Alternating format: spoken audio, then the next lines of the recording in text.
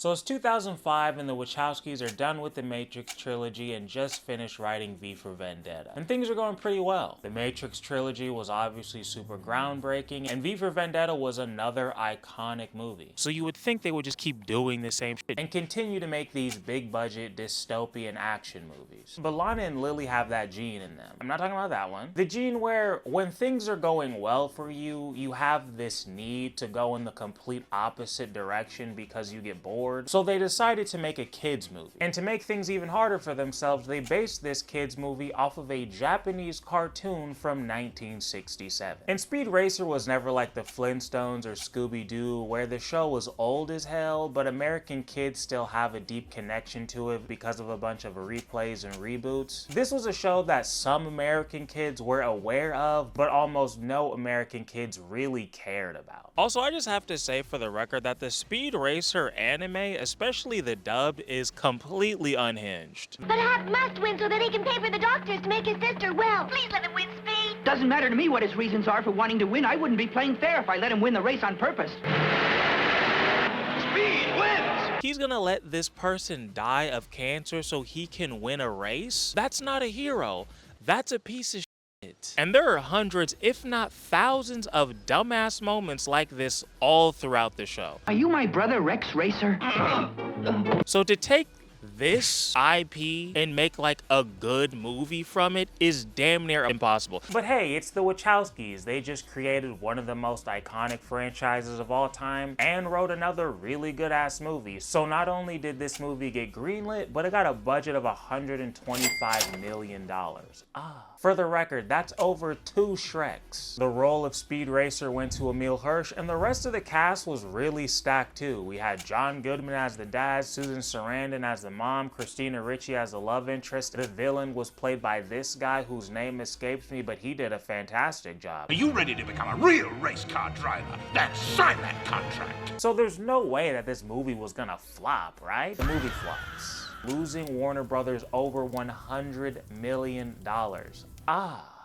Bad. And not only did this movie lose a shit ton of money, but audiences and critics were not f***ing with it at all. Roger Ebert gave it 1.5 stars and said, "This is notable only because whatever information that passes from your retinas to your brain during Speed Racer is conveyed through optical design, and not so much through more traditional devices such as dialogue, narrative, performance, or characterization." Incredibly disrespectful. Like the animated TV series that inspired this movie, you could look at it with the sound off and it wouldn't matter. What a dick. I just have to say, this review is incredibly ill-informed and disrespectful. And for the record, Roger and Ebert gave this movie 1.5 stars, but gave Birth of a Nation, the KKK propaganda movie, a 4 out of 4. So I couldn't give a fuck what they have to say, but I know they're the top dogs in reviews, so yeah. But like I said, at the time, audiences were not feeling this movie either. So you're probably wondering, well, Kamal, if this movie didn't do well and nobody liked it and you're not making fun of it, then why the hell am I watching this stupid ass video? Fair question, Kevin. You're watching this stupid ass video because Speed Racer is one of the greatest films ever created, and I'm about to prove it to you. So like many of you, I saw Speed Racer as a kid, and I didn't remember much. I remember cars, a bunch of vibrant colors, and the dude from Lords of Dogtown. But recently, Speed Racer had an IMAX re-release, and I ended up going to the last showing on the last day. And this was a top 3 cinematic experience of my life. I would say number 1, but I just gotta leave room just in case I'm forgetting something. I literally sat forward and said out loud to the screen, "Why is this movie so fucking good?" 4 separate times. That's a true story. As I was walking out of the theater, I immediately called my friend who had also seen the movie the same day, and we proceeded to talk about this film for the next 10 hours. Now, I could easily do a beat-by-beat breakdown of this entire film, but I need everybody in my cult to watch this. This is a mandatory viewing. So instead of a breakdown, I'm just gonna share some of my favorite aspects of this movie. Number 1, it's bold. The Wachowskis understood that they were making an anime adaptation, and they did not hold back. So this is probably the only live action anime adaptation that I've ever seen that is more anime than the original anime. There is a scene in this movie where a car kamikaze dives at another car. That car then proceeds to propel itself upward and pimp slaps the kamikaze driver into another car, and then that said car jumps over both of those cars.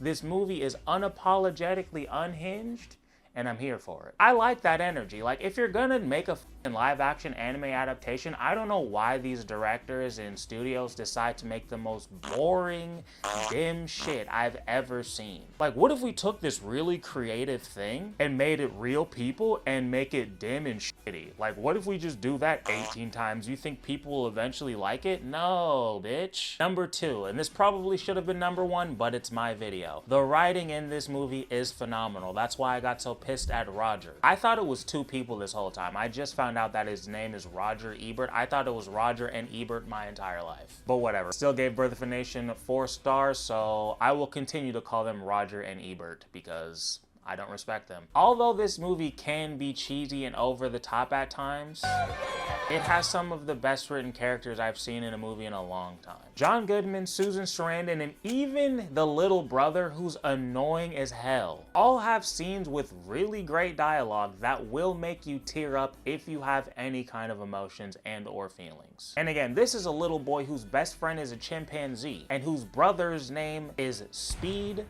Racer Government. So I understand that this shit is silly as hell, but I'm telling you, that's just how good the writing is. It's not often I see a film with solid parents that actually love and support their child without it feeling like an after-school special. But the Wachowskis did a really amazing job of crafting these characters so they feel good and wholesome without being naive or corny. But the character that I resonated to the most is the one with the purest name. Once you actually watch the movie, it becomes pretty obvious that Speed is much more representative of an artist rather than an athlete. I don't know how to speak English. Watching his arc going from a kid with ADHD to a young man who changes the world with his art was actually really inspiring. So much so that it caused me to take action and make major life-changing decisions. Decisions that I will be talking about at the end of this video. And no, this is not an ad, don't worry. This video is sponsored by Helix Sleep. Helix makes premium mattresses that are shipped directly to you and are made to cater to your specific sleep needs and preferences. All I did was take their short sleep quiz where they asked me about my sleep preferences and body type to make sure I was paired with the perfect mattress for me. I ended up getting the Midnight Lux, which has been amazing. Summer is here in California and nobody in this state has air conditioning unless they're rich, which I am not. So the Helix cooling covers have been great for me. Plus this mattress is the perfect size and perfect level of firmness. It's made sleeping way more comfortable, which is making my days way better and way more productive. Plus Helix gives everyone 120 days to test out their mattress to make sure that all their customers are actually happy. And if you're not quite ready to get rid of your mattress but still want an upgrade, you can get one of Helix's mattress toppers. I'd personally go with one of the cooling covers since it's summertime, but yeah, I just don't see how we lose here, you know? In a study reviewing 23,000 brands, USA Today ranked Helix as one of the most trusted brands in 2026. If you get the mattress and don't like it, you got 4 months to return it, and you don't have to leave your house to get it. So if you're ready to improve your sleeping situation, head on over to helixsleep.com/Kamal to get 27% off of anything on the entire site. Thank you again, Helix, for sponsoring this video. Now let's get back to the fastest man alive. This is what I think storytelling is all about. Every great story is able to resonate with their audience so much that it either gets them to view things from a different perspective or gets them to take action and actually do something. And evoking so much emotion with a movie where your protagonist is a race car driver who is trained in the martial art of car fu, that is actually what it's called, should have been impossible, but they pulled it off. The third reason I love this movie is because of how innovative it was. The way they decided to shoot and edit Speed Racer was incredibly unorthodox and ahead of its time. The idea to shoot damn near everything on a green screen so that they could keep all the backgrounds in focus was just not a thing at that time. time. And I personally will always respect an artist for going left when they see everybody going right. And the Wachowskis definitely did that. A transition like this is something you would see in a crazy ass YouTube video in 2026. It's damn sure not something people were used to seeing in a movie theater in 2008. So even though I believe that Roger and Ebert's review was total dog shit, I could see how for most people, especially ones who don't know shit about movies, Speed Racer was just too much at the time. Which brings up another question from Kevin. If this movie's so good, Kamal, then why did everybody hate it and why did it lose $100 million? This movie bombing at the box office came down to about 3 different things. The first one we already talked about. This movie was just too ahead of its time. Backgrounds are all digital and bright as hell, and they're not trying to look realistic like Marvel movies. It looks like a cartoon. The editing is super fast paced and obscure. And when it came down to the races, there's so many fast cuts and so much shit going on at the same time. It was damn near impossible to follow what was actually happening in the scene. For example, look at this scene.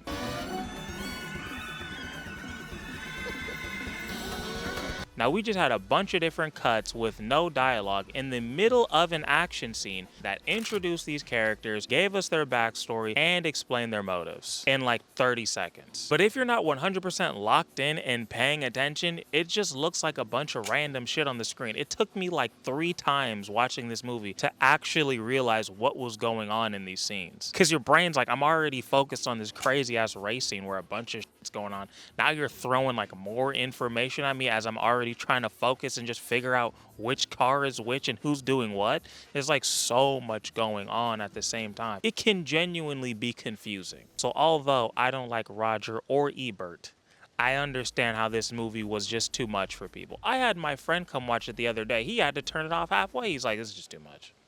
He's like, I'm having a bad day already. I'm not sober. This is a lot. We got a lot going on. And I was like, fair. I was like, man up, but also I'm like, fair. I get it. I've watched this movie 6 times now. And every time I've seen it, I learned something new. And not like, oh, a little tidbit, like major plot points of the movie. I'm like, oh, that's what was happening then? So on a first watch, especially when you're not used to any kind of editing like this, which I am, I could see how you would just get sensory overload and just tap out. I mean, one of the sisters even said that they edited this movie for people with ADD. Second reason why this movie lost so much damn money is because of when it came out. This movie came out in 2008, 1 week after Iron Man. One of the most iconic superhero films of all time. The one that officially started a 350-year MCU franchise. And if you're a little ass kid and mommy says we can only see 1 movie this month and you gotta choose between Iron Man, that movie that all your friends are going to see, the one that was in Spider-Man cartoons, or the movie based off of this obscure Japanese cartoon from 1967, which movie would you choose? Exactly.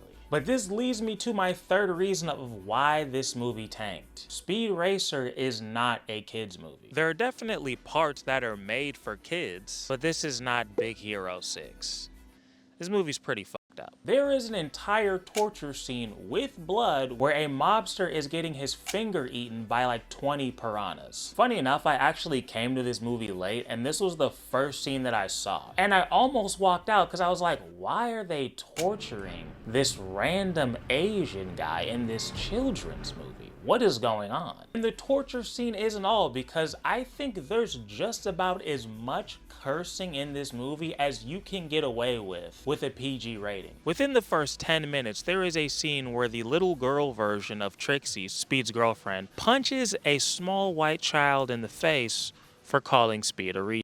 You would believe what the retard did. Now, I know that word didn't have the exact same weight as it did in 2008, but this is still unhinged for a children's movie. There is a scene in this movie where Speed, the hero, says, "Get that weak shit off my track." Get that weak shit off my track! That's not something that a hero in a children's movie would say. Shrek would never say that. That was for me. Because as a 30-year-old man watching that on the screen, I was hyped as fuck. But as a kid, you're not gonna be hyped by that unless you're really cool. But this is America. We don't have that many cool kids here, obviously. I am 100% certain that Speed Racer is a PG-13 movie that was watered down to get a PG rating so that it could be marketed to kids. Now, I don't know if giving this a PG rating would have saved it, would have recouped that $100 million they lost, but I see what I see. Speed Racer suffered from what I call in-between syndrome. It's too dark, mature, and intellectual for most kids, but it's also too experimental, vibrant, and childlike for most adults, especially adults